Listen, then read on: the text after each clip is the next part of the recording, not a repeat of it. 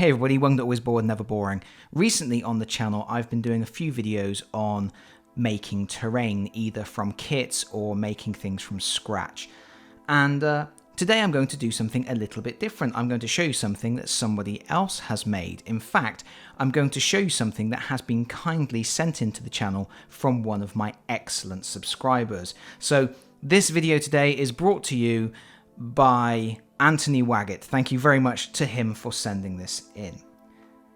The first thing I'm going to show you is this really rather excellent mausoleum which Anthony made for use in Frostgrave, but this is going to be perfect for using in Rangers of Shadow Deep, not least because it has a removable lid. It has a removable roof, and if we look carefully here, we can see there may be some nefarious goings on here, and this mausoleum may not be holy ground.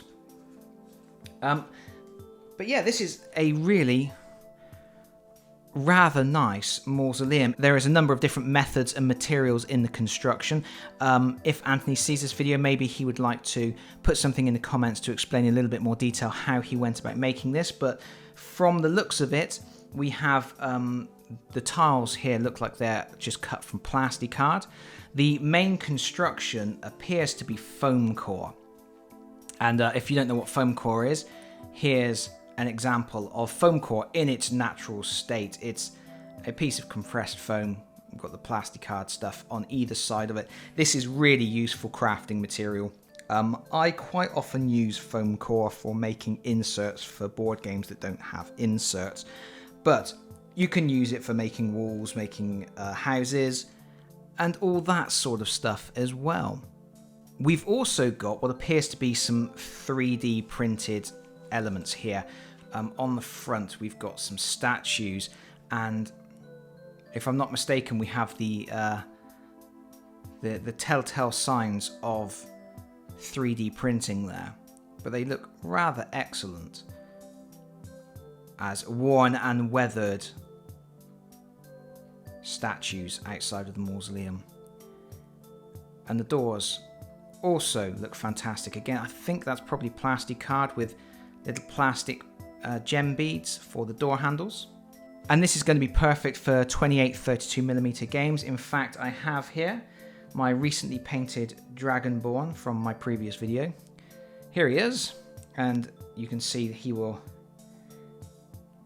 have to stoop ever so slightly to get through the doors, but he looks perfectly at home defending the mausoleum there. And of course, because we have that top that comes off, this makes building so much more useful if you can actually remove the roofs, because then you can put your guys inside, you can put objectives inside, you can actually take the fight indoors. Fantastic stuff.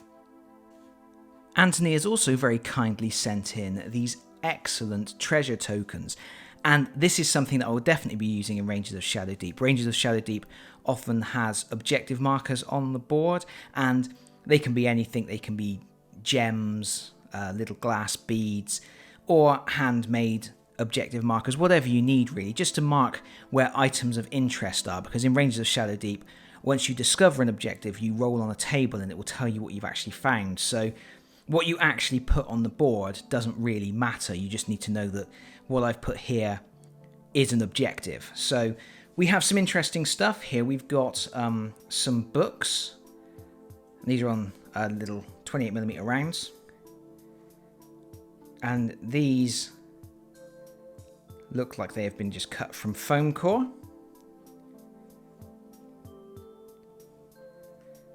We've got another book here that's open, and some very nice detail inside there to give the impression of words. Illuminati confirmed.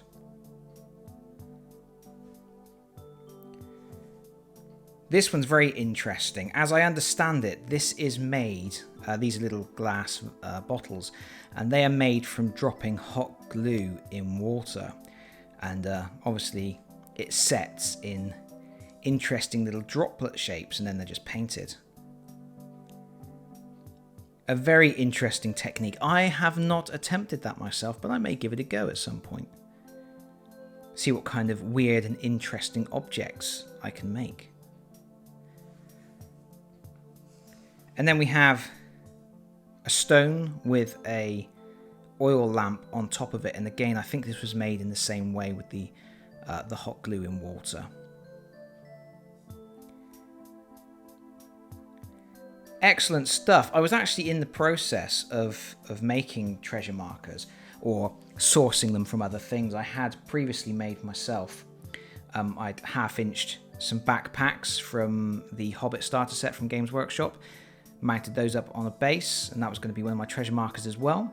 I think you generally need about 6 for Rangers of Shadow Deep. I've also got from the Hobbit, I haven't quite finished with this yet, they're not based up, but a load of weapons. This is actually from scenarios where the dwarfs get their weapons stolen by the goblins. Mounted up as well. That would also make a good treasure token. So between all of these goodies that I've been sent and some of my own little bits and bobs, I'm accumulating a nice set of stuff that I can use in Rangers of Shadow Deep. And I'm sure they will also get used in other things as well. I can see the Mausoleum turning up in Burrows and Badgers at some point. It's very likely that I will be using it in at least the first adventure of Rangers of Shadow Deep, which I do hope to showcase on the channel at some point. But overall, this is just some really cool stuff that was very kindly donated to the channel, and I wanted to share it with you because there's some interesting build techniques here with the hot glue in water and the use of foam core to make scratch built buildings. Interesting stuff. Like I say, maybe Anthony would like to shed some more light on the construction methods in the comments. If anybody has any questions, drop them below and maybe we can get those answered for you. But that is it from me for now. As always, thank you so much for watching. If you've enjoyed the video, please consider pressing the like button. If you've really enjoyed the video, please consider subscribing if you don't already do so. And hopefully, I'll see you all again very soon. Bye-bye, everyone. Bye-bye.